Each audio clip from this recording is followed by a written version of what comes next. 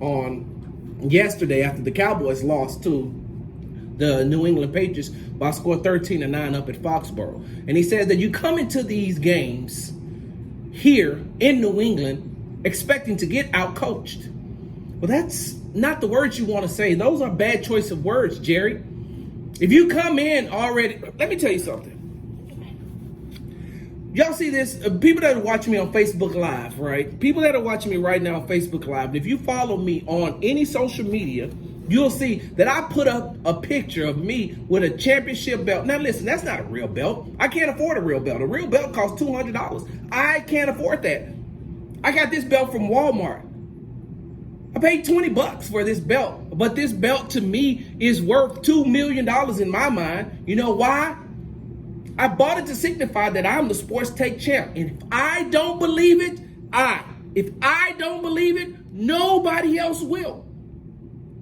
If I don't believe that this belt right here signifies to me that me, by myself, me. If I don't believe it, nobody else will. And if you walk into Foxborough Stadium, if you walk into the New England Patriots home stadium thinking that you're already beaten by Tom Brady, if you think that you're already beaten by Bill Belichick, you've lost. You've lost. And Jerry, if you're saying that to your coach about your coach, then what do you think your coach is thinking? If you walk into any type of competitive event with the mindset that somebody else is already better than you, you've lost.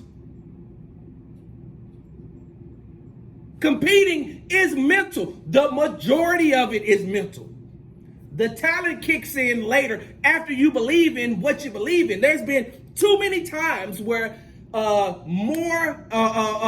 less talented people have won competitions because they go in with the mindset of, I'm a winner. If you go in with, I'm a winner, and you lose, you don't lose. Hey, look, there's a setback. I'll get them next time.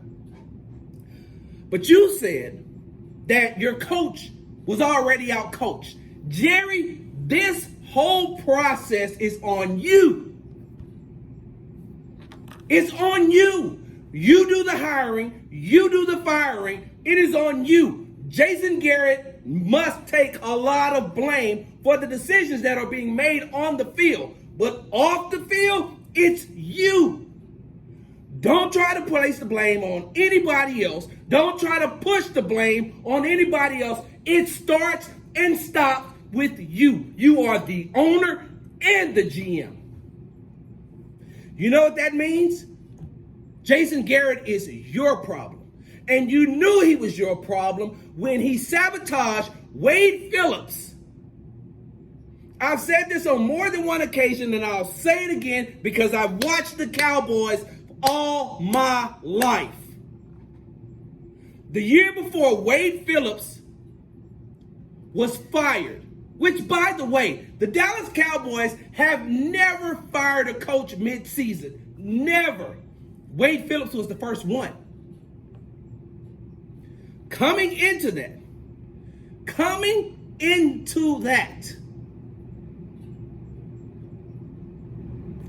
the year prior, Jason Garrett was the offensive coordinator. This is the year that the Cowboys had Terrell Owens. He was moving Terrell Owens around everywhere on the field so as the defense would not key on him. He had Terrell Owens coming from the wideout position. He had Terrell Owens coming from the slot position. He had Terrell Owens coming from the tight end position. He had Terrell Owens coming out the backfield, which made them the most dangerous team in the NFL. That's the year prior. The next year, when he realized he wanted to be a head coach, he started sabotaging Wade Phillips by doing what? Sitting T.O. on an island. And once defense coordinators realized that he's going to just keep sitting him on an island, they rotated and they moved their whole defense to stop T.O. Y'all think that Terrell Owens is crazy. You think that Terrell Owens is just crazy and he's fluid at the mouth and he's fly at the mouth and he don't know what he's talking about. He told you all this. Excuse me. He told you all about the meetings The secret meetings that Jason Garrett, Tony Romo, and Jason Witten were having. He told you all about this. Oh, that's just T.O. being T.O. No. That's the thing that bothers me when you all just like bypass the facts and the truth. So Jason Garrett, when you sabotage Wade Phillips to get this job, and then you got the job, and you haven't had any true or real measure of success since you had the job, you getting exactly what you deserve. And Jerry Jones, you're getting exactly what you deserve because you wanted to hire a yes man. A yes man. Do you know why at least 70% of the athletes that get in trouble due to the people around them? Let's take Antonio Brown, for example. We know that Antonio Brown is not in the league right now. But Antonio Brown ain't got nobody holding him accountable either. But there's nobody there to hold you accountable. You do whatever you want to do, and they all think, oh, that's a good idea. Way to go. Way to go. I was watching the show on ESPN Plus called The Boardroom, hosted by Kevin Durant, and he had LeBron James and I can't think of his name. LeBron James' manager. Oh my God, I can't think of his name right now, but had him on there. And he says, do you know that I got to call LeBron James like 1,900 times just to get him to do a 20-minute interview? He said, do you know what it takes to get him on the phone for 20 minutes? He said, I got to call him at least 1,900 times. Now, he was exaggerating that number, but what he said was, I have to keep calling him and calling him. That's somebody holding LeBron James accountable. And LeBron said, which he should. Jerry Jones has nobody holding him accountable on what he's doing to this Dallas Cowboys franchise. And when you hire a coach like Jason Garrett, when you promote a coach like Jason Garrett, he's going to lead you right to where you are right now, mediocrity. The Dallas Cowboys are a mediocre team, not from talent, but from coaching. And their GM, which just happens to be the owner. And until you hire a real general manager, who is this to blame, Jerry?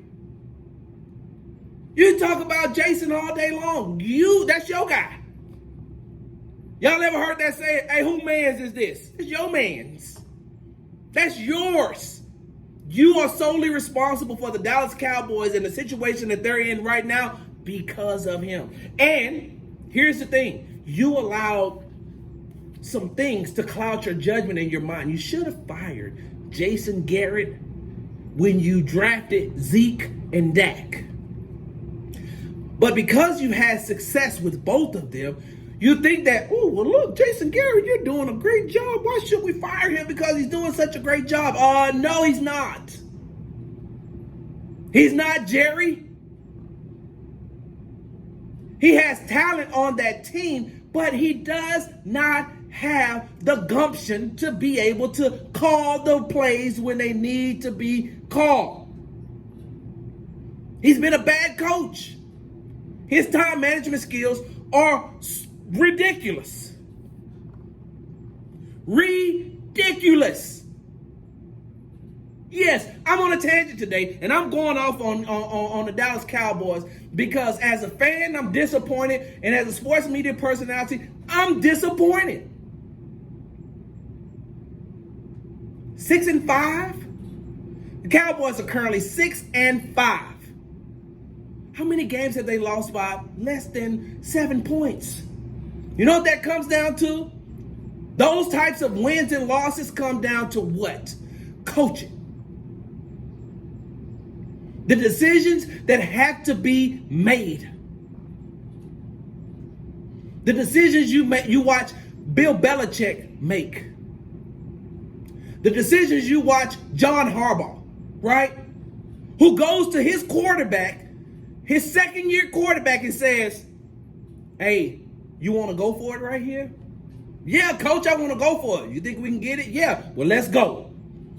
And Lamar Jackson runs back on the field, and what do? Score a touchdown on 4th and goal. They don't kick a field goal. Jason.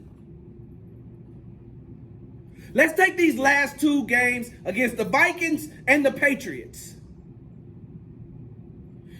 You haven't been good on third down in the Vikings game. You haven't been good in the running games in the Vikings game. And then when with the game on the line, you run the ball twice. And then you throw it to Zeke. You go to 3 straight plays to Zeke. On yesterday, you're down by a touchdown. You kick the field goal, you're still down a touchdown, Jason. You're still down.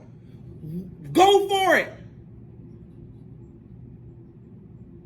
4th and 7. What do you have to lose?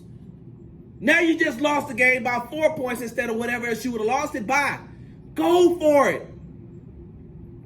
You make these decisions that I have no clue about on a consistent basis. And you just come back and say, well, next week we'll play a little bit harder. Next week we'll be a little bit better. It's on you, Jason. It is. Speaking of Jason.